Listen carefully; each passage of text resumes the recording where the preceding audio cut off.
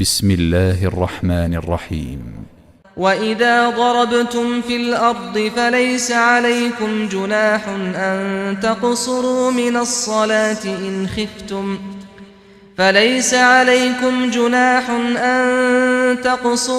الصلاة إن خفتم أن يفتنكم الذين كفروا إن الكافرين كانوا لكم عدوا مبينا.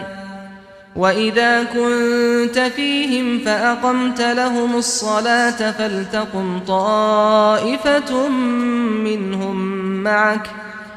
فلتقم طائفة منهم معك وليأخذوا أسلحتهم، فإذا سجدوا فليكونوا من ورائكم ولتأت طائفة أخرى لم يصلوا فليصلوا معك وليأخذوا حذرهم وأسلحتهم.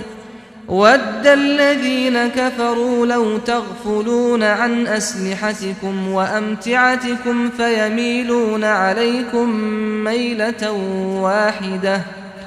ولا جناح عليكم إن كان بكم أذى من مطر أو كنتم مرضى أن تضعوا أسلحتكم وخذوا حذركم إن الله أعد للكافرين عذابا مهينا. فإذا قضيتم الصلاة فاذكروا الله قياما وقعودا وعلى جنوبكم، فإذا اطمأننتم فأقيموا الصلاة إن الصلاة كانت على المؤمنين كتابا موقوتا.